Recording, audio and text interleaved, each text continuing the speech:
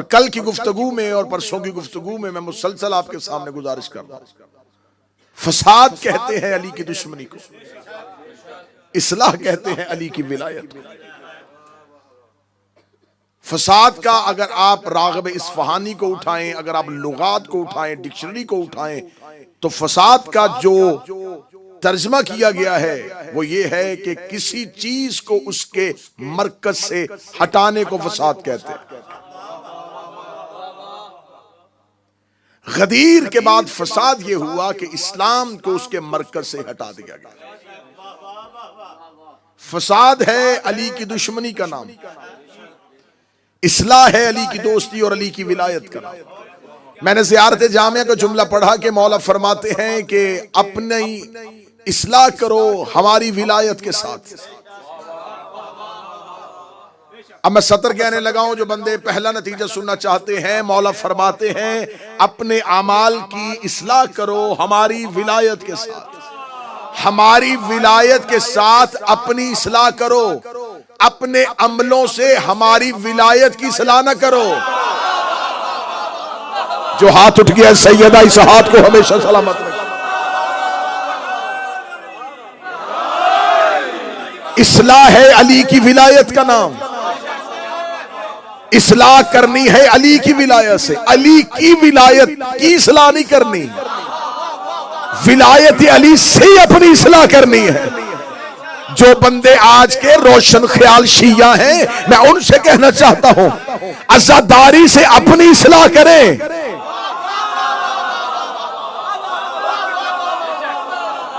आप अज़ादारी की इस्लाह न करें। आप ये ना कहें ये होना चाहिए, ये नहीं होना चाहिए। अज़ादारी से पूछें कि अज़ादार कैसा होना चाहिए। अज़ादारी आपकी सलाह के लिए है, विलायत अली आपकी सलाह के लिए। फसाद किया उसने जिसने अली को छोड़ा।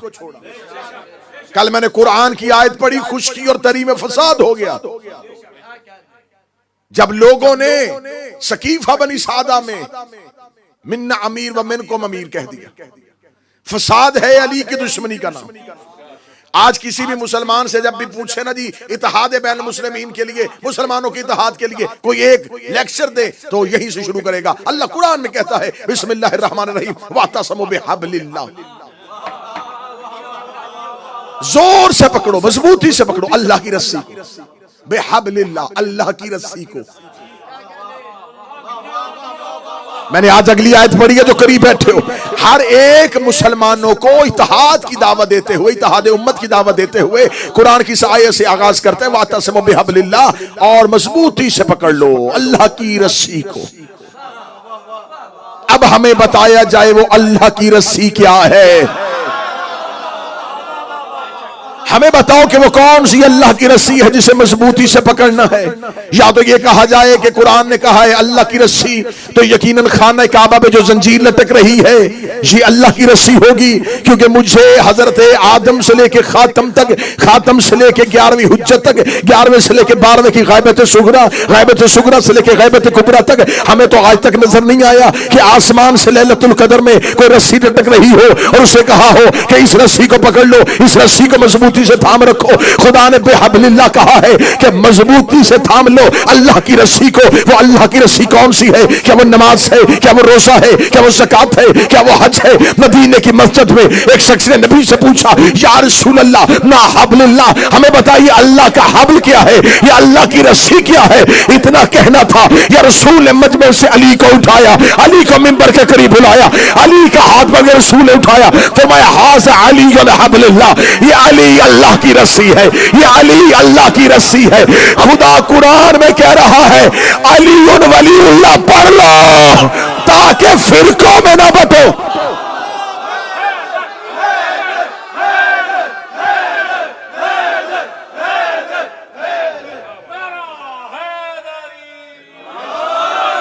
इत्तेहाद उम्मत है अली की विलायत। जिसने अली पे इत्तेहाद किया, फसाद है अली की दुश्मनी। जिसने जब फसाद किया उम्मत में, अली की दुश्मनी में किया। मैं इस्लाम से पहले की नहीं, इस्लाम के बाद, गदीर के बाद की बात करता हूं। गदीर के बाद जब जब जहां जहां उम्मत में फसाद हुआ, दुश्मनी अली में हुआ, अली की दुश्मनी में फसाद करते करते यहां पहुंच गए कि अली के मुकाबले पे कुरान नेज़ों पे उठाया, उठा कुरान नेज़ों पे। मैं नौजवानों के लिए पढ़ा, सफीन में कुरान नेज़ों पे उठा। अमीर अल मोमिनीन ने अपने लश्कर में से कहा हमला करो। कहने कैसे हमला करें? कुरान से जंग करें, कुरान से जंग करें, सामने कुरान है। अमीर अल मोमिनीन ने फरमाया ये कुरान नहीं, क्योंकि इन्होंने कुरान को मरकज से हटा दिया है।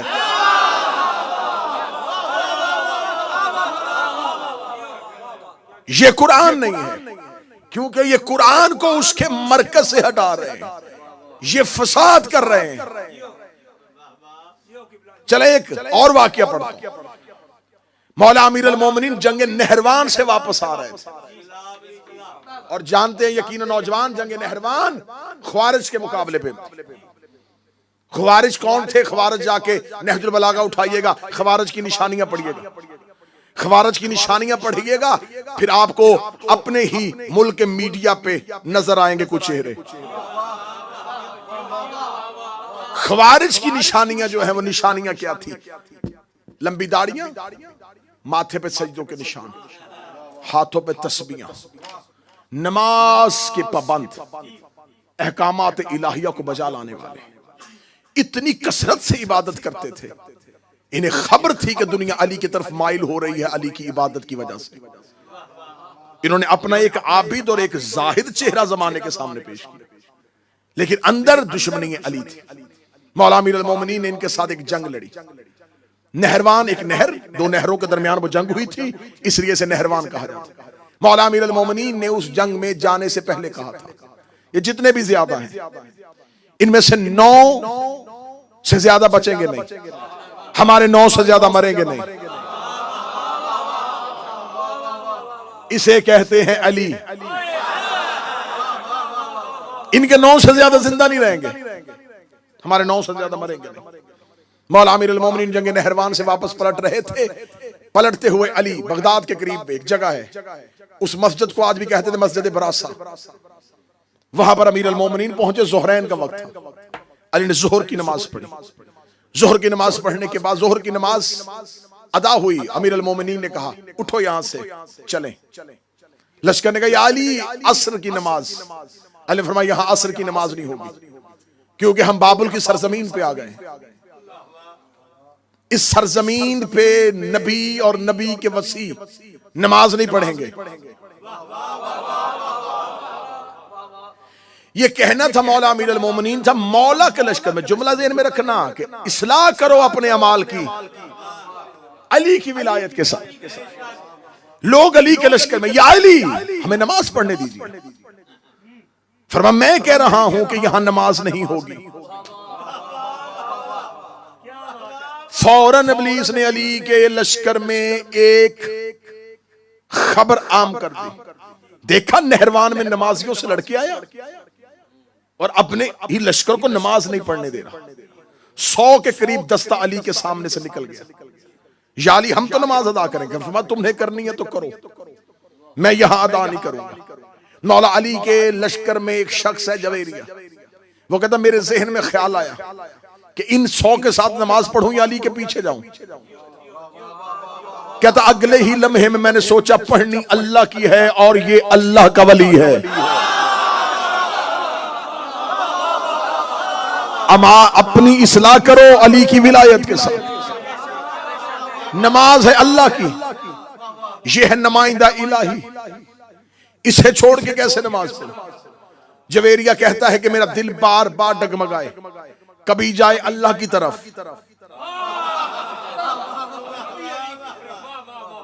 अल्लाह की तरफ से क्या जो इन्होंने अपनी मर्जी का अल्लाह बना था। हम इबादत कर रहे हैं अपने अल्लाह की। कभी जहन में सोचूं कि अल्लाह की इबादत करूं, कभी जहन में सोचूं अली के पीछे जाऊं।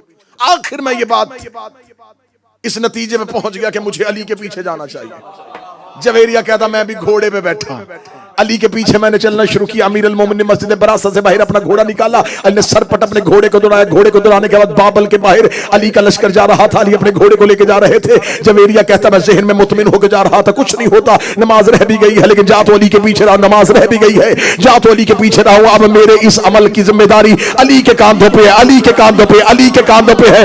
मैं जुमला दुआए ज़हरा नॉर्थहैम्पटन में वाकया नहीं पढ़ने लगा, मैं पूरी दुनिया में एक पैगाम नशर करने लगा हूं। जवेरिया कहता मेरी नमाज में ताखीर हो गई थी, लेकिन मैंने कहा हो गई है, लेकिन मेरा इमाम तो जानता है कि मेरी नीयत क्या है, मेरा इमाम मेरी नीयत जानता है। मैंने अपनी नमाज में ताखीर करवा ली, अली को ना छोड़ा। मैंने नमाज में देर करवा ली, अपने इमाम को ना छोड़ा। मैंने नमाज में देर करवा ली, अपने इमाम को ना छोड़ा, क्योंकि मैं नुसरत इमाम के लिए घर से निकला था। और शियो मातम नुसरत इमाम है।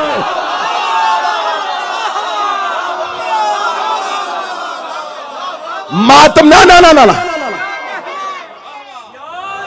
जो समझ गए हैं तुम्हारा बोलना मैंने कबूल, लेकिन नतीजा मुझे आखिरी बंदे तक पहुंचाना है। मातम है नुसरत इमाम।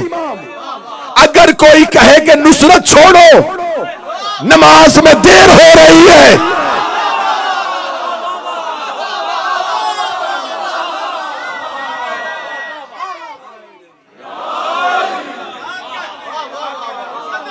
नीयत इमाम जानता था कि मातमी भी नमाज नहीं छोड़ रहा, लेकिन क्योंकि उस वक्त वो नुसरत में खड़ा हो चुका है। जवेरिया कहता मेरे जहन में ख्याल आया कि नुसरत इमाम के लिए घर से निकला हूं, जंग करने निकला था ना, इमाम के लिए निकला था, नुसरत के लिए निकला था। तो कहता मैं नुसरत के लिए घर से निकला हूं, तो कहीं नुसरत में फर्क ना आ जाए, ये ना हो कि मेरी नुसरत में फर्क आ जाए और मैं इमाम को छोड़ दूं। वो कहता मैंने कहा देर हो रही है, लेकिन इमाम तो जानता है। जवेरिया कहता मैं घोड़ा दौड़ाता आ रहा था और आसमान को देखता जा रहा था। यकलख्त आसमान पे शाम की सुर्खी छा गई, आसमान पे शफक की सुर्खी छा गई, मगरब का वक्त करीब आ गया। जवेरिया कहता मेरा दिल डोलना शुरू हुआ कि सिर्फ मेरी ही कज़ा नहीं हुई, अली ने भी अपनी असर कज़ा कर ली। अली की भी असर कज़ा हो गई, अली की भी असर कज़ा हो गई, अली की भी असर कज़ा हो गई। जुमला ज़हन में रखना, इस्लाह करो अपने अमलों की हमारी विलायत के साथ। जवेरिया कहता कि अमीर अल मोमिनीन ने अपने घोड़े को रोका और मैंने आसमान की तरफ देखा, आसमान पे अंधेरा छाने के करीब आ गया, सूरज गरूब होता हुआ मगरब के सर रख रहा था। जवेरिया कहता मौला ने फरमाया जवेरिया जल्दी कर मेरे लिए वजू के लिए पानी लेके आ। जवेरिया कहता मैंने पानी मौला के करीब किया, मौला का जवेरिया अजान दे। मैंने कहा मौला मगरब का वक्त हो गया है, मौला मगरब का वक्त हो गया है, मौला का असर अभी नहीं पड़ी थी या मगरब का वक्त हो गया है। इमाम ने कहा क्यों मगरब का वक्त हो गया है? जवेरिया कहता मौला सूरज चला गया। इमाम ने मुस्कुराते कहा जवेरिया तू सूरज का गुलाम है या अली का गुलाम? तू सूरज का गुलाम है या अली का गुलाम है? जवेरिया कहता इधर अली ने यह जुमला कहा, डूबता हुआ सूरज।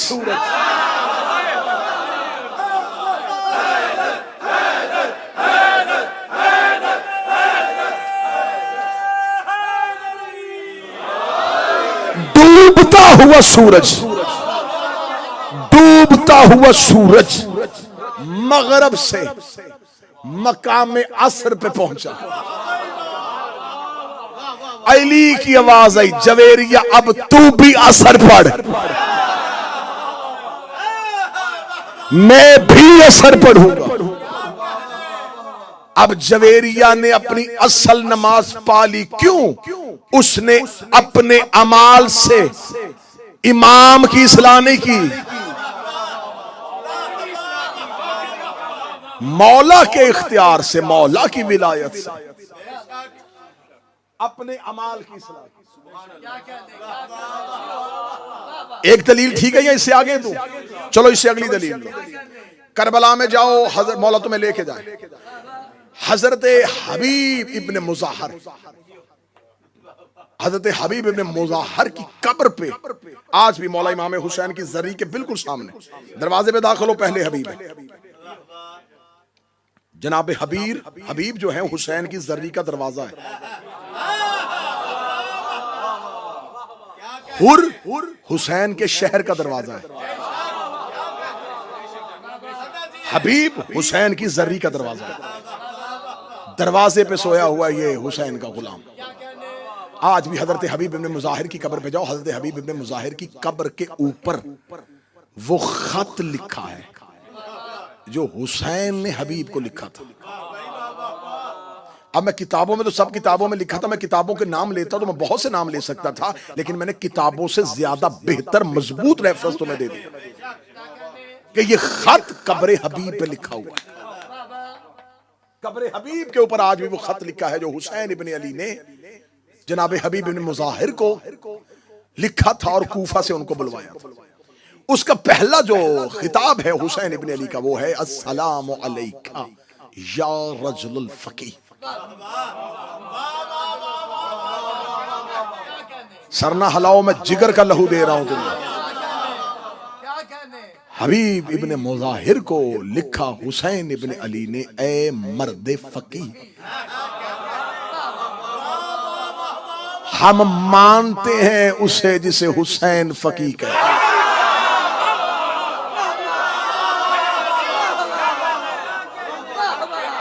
हमसे ज्यादा विलायत फकीह का कौन कायल है? हुसैन इब्ने अली ने कहा, ए रजूल फकीह, तुम पर मेरा सलाम। ए मर्द फकीह, जनाब हबीब बुजुर्ग थे, ज़ईफ थे, हुसैन शेख कह सकते थे। ए मर्द बुजुर्ग, बुजुर्ग ने कहा। हुसैन इब्ने अली ने जनाब हबीब को जिस एक फजीलत से याद किया वो है फकीह। रुकना अब यहां पे, बात यहां पे आज नतीजा मेरा ख्याल है कि आज इसी बात में बेशक 2 घंटे गुजर जाए, नतीजा निकालते हैं। फकीह किसे कहते हैं? मैंने फौरन फिक़्ह की किताबें उठाई कि फकीह किसे कहते हैं।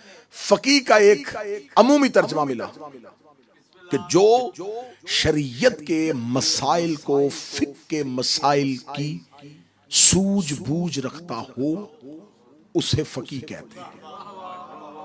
जो दीन के बारे में सूझबूझ रखता हो, बच्चे अगर जो ब्रिटिश बच्चे हैं, अगर सूझबूझ नहीं, कुछ अवेयरनेस हो, दीन के बारे में अवेयरनेस हो, उसको पता हो कि ये क्या है, इसके इस मसले का हल क्या है, उसे फकीह कहते हैं। अब मैंने जब ये तर्जमा पढ़ा कि फकीह उसे कहते हैं जो दीन में सूझबूझ रखता हो, तो मुझे फकीह का तर्जमा तो मिल गया, लेकिन बात हजम नहीं हो रही। क्या वो रहा है जो खुद दीन है?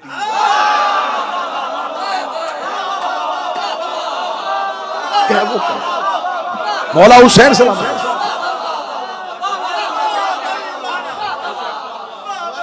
एक मोहम्मद अली मीर भाई एक अनपढ़ किसी को पढ़ा लिखा कहे, पढ़ा लिखा किसी को पढ़ा लिखा कहे, अवाम किसी को मौलाना कहे, ये और है। मौलाना किसी को मौलाना कहे, आलिम किसी को आलिम कहे, तो ये और है। यहां मसला ये है कि आम शख्स हबीब को फकीह नहीं कह रहा, वो कह रहा है जो खुद दीन है। फिर मैंने कहा शायद हुसैन इब्ने अली ने जनाब हबीब की फुकाहत से हुसैन मुतासिर हुए हों कि हबीब बहुत अच्छा फकीह है। बादशाह हुसैन की इज्जत कसम मैं हूं तो इमाम हुसैन का सबसे छोटा जाकर मैंने असहाबे हुसैन पे लिखी हुई छोटी सी किताब से लेके बड़ी किताब तक हर एक किताब को खंगाला। ये राज मुझे 2 साल पहले मिला था जब मैंने असहाबे हुसैन पे एक अशरा पढ़ा था। मैंने 10 मजालिस पढ़ी थी असहाबे हजरत इमाम हुसैन पे कि इमाम हुसैन के असहाब में क्या क्या खासियत और क्या क्या फजीलत थी। जब मैं हजरत हबीब इब्ने मुजाहिर पे अपनी रिसर्च कर रहा था तो मैंने जब मर्द फकीह पे आया तो मैंने पहले फकीह का तर्जमा पढ़ा। तर्जमा पढ़ने के बाद फिर मैंने कहा यकीनन जनाब हबीब जो है वो अपने दौर में बहुत बड़े फकीह होंगे और हुमायूं हुसैन उनकी इस फजीलत से मुतासिर होंगे। मैंने हबीब की पूरी जिंदगी सवाने हयात पढ़ी। मुझे हबीब की हर सवाने हयात में कहीं भी एक वाक्य नहीं मिला कि हबीब कूफे में बतौर फकीह मशहूर हो। बहुत से लोग थे, मुफस्सिर कुरान भी थे, बहुत से लोग थे, लेकिन जनाबे हबीब फकीह के लिहाज से अपने शहर में मशहूर ही नहीं थे। तो जब हजरत हबीब फकीह के लिहाज से मशहूर नहीं थे, हुसैन ने मर्दे फकीह क्यों कहा? फिर मैंने ढूंढना शुरू किया कि शायद फकीह उस दौर में इसका तर्जमा और हो और इस दौर में और हो। मुझे फकीह का तर्जमा ढूंढते ढूंढते ढूंढते मरअशी नजफी कुम में आलिया के जनाब मासूमा के हर्रम में मदफन वो आलिम दीन जिसने पूरी जिंदगी हर्रम में मासूमा में नमाज पढ़ाई, जिसकी लाइब्रेरी आज भी तौलाबे कुम के लिए एक इदारा है। सबसे बड़ी लाइब्रेरी मजहब जाफरिया के उलमा में से आकाए मराशी की है। मराशी ने फकीह की तारीफ करते हुए इन तमाम तारीफों से अलहदा एक इस्तिलाह पेश की। उन्होंने कहा फकीह उसे कहते हैं जिसके सामने एक वक्त में दो अमल आए और उससे ये खबर हो कि इनमें से पहले क्या करना है।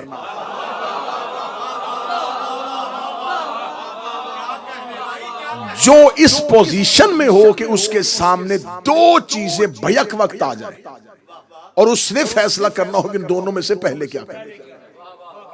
मसलन एक शख्स नमाज पढ़ रहा था या पीछे से किसी शख्स ने कहा कि मैं मर रहा हूं। अब अगर वो उसे बचाने के लिए जाएगा तो नमाज चली जाएगी। अब इस लम्हे वो फैसला कौन करेगा कि मुझे नमाज बचानी है या उस शख्स को बचाना है, डूबते हुए शख्स को बचाना है या इबादत करनी है, मुझे अपना रोजा बचाना है या किसी इंसान के सामने उसकी इज्जत और जान को बचाना है। मुख्तलिफ दो इबादतें एक वक्त में इकट्ठी हो जाएं, फकीह उसे कहते हैं जो दोनों में से एक को चुने। अब ये काम आम इंसान नहीं कर सकता, नहीं कर सकता। कोई आम इंसान फौरन नहीं पूछ सकता। हमें छोटा सा भी मसला आ जाए हम जल्दी से अपने से बेहतर जाने वाले की तरफ रुजू करते कि मुझे बताएं हमें अब इसमें से क्या करना चाहिए। अब एक वक्त में दो इबादतें इकट्ठी हो जाएं और उसमें से एक का इंतखाब करें, उसे कहते हैं फकीह। बात ज़हन में रखनी है, इस्लाह करो अपने अमलों की हमारी विलायत के साथ। दो चीजों को एक वक्त में।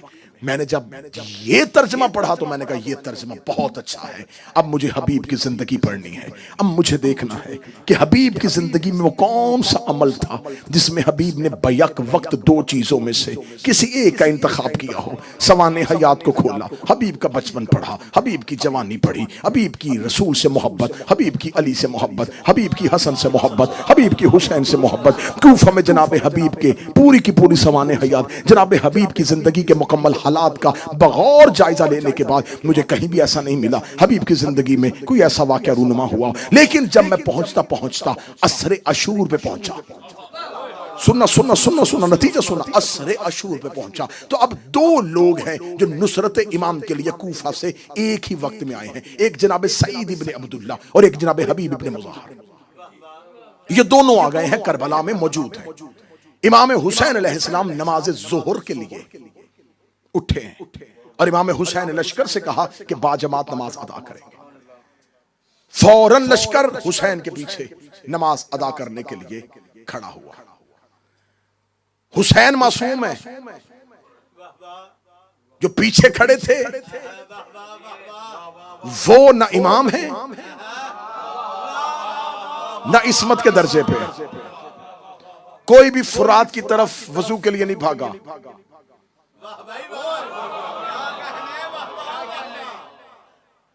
और ये जख्मी भी हैं, इनमें से कुछ तीरों के साथ जख्मी हो चुके हैं, बदन पे खून है।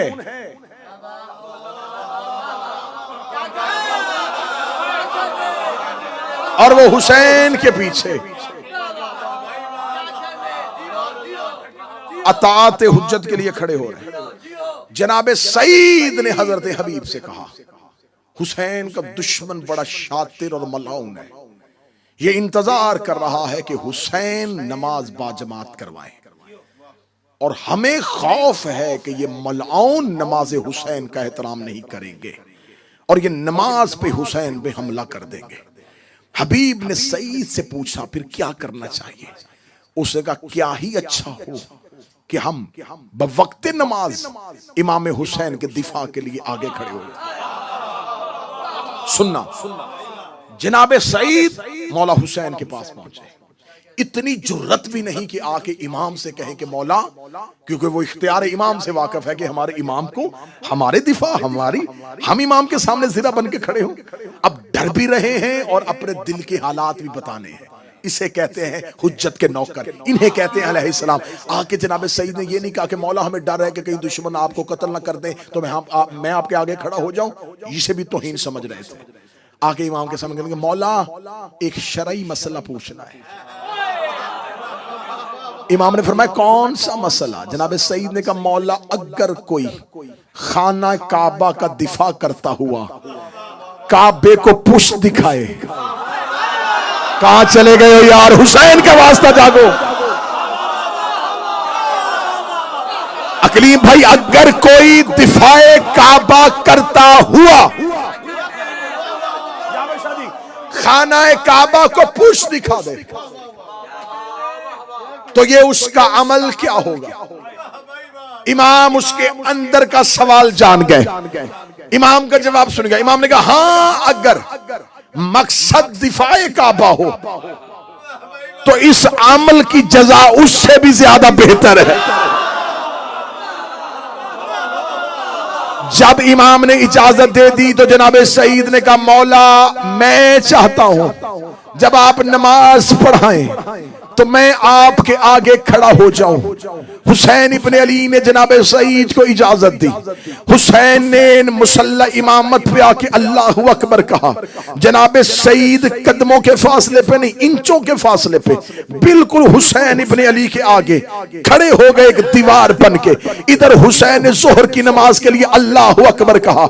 सईद वहीं का वहीं खड़ा दुश्मन की तरफ देख रहा था। दुश्मन टीलों पे आए, दुश्मन ने हुसैन को नमाज पढ़ाते देखा। उसका मौका अच्छा है, इन्होंने कमानों में तीर डाले। जनाबे सईद सामने सीने को सपर करके खड़े हो गए।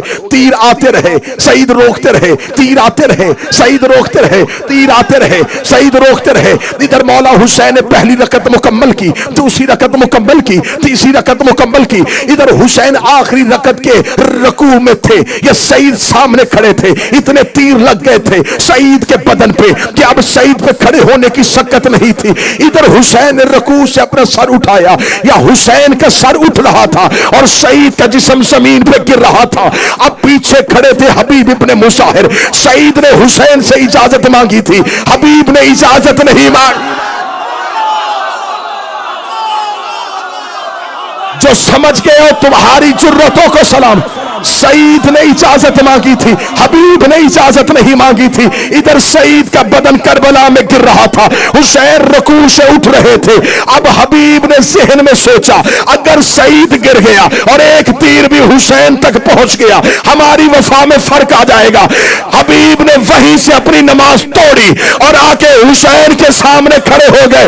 हुसैन को खबर थी कि अगर मैंने हबीब को यह जुमला ना कहा कल को मौलवी भौंक देंगे। वो हबीब की नमाज ही नहीं हुई, इसलिए हुसैन ने बुलाने से पहले कह दिया ए मर्दे फकीर।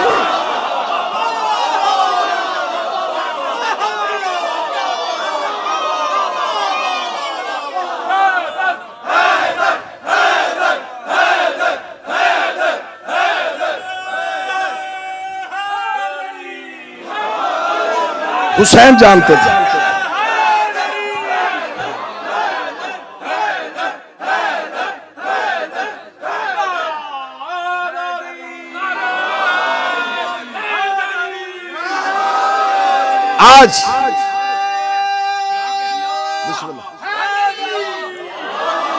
आज मौरख लिख देता कि हबीब की करबला में एक रकत रह गई थी।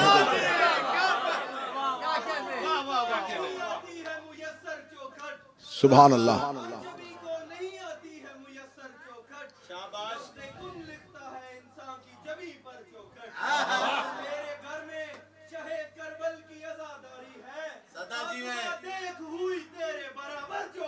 हाँ या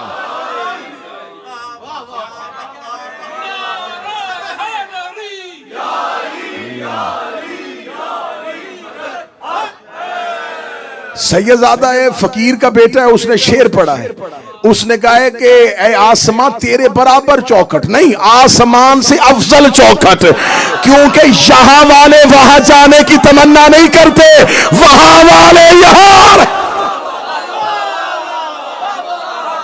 उधर वाले इधर आते हैं।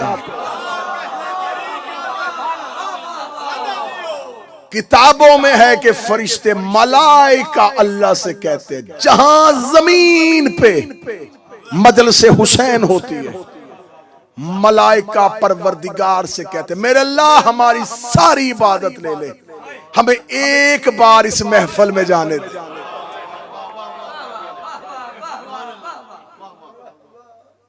ये मलाइका की सजदागाह है।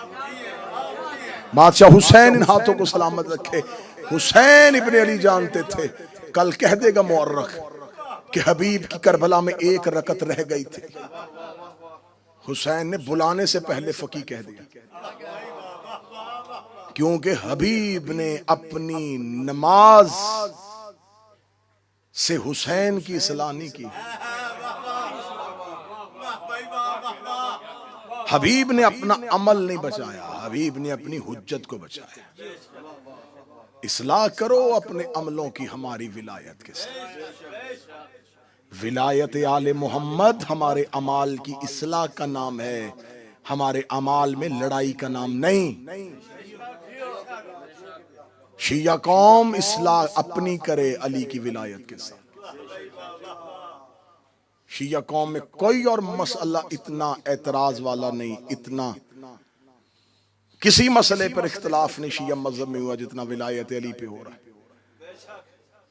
इसलिए कि फसाद है अली को छोड़ना, इत्तेहाद है अली को मानना।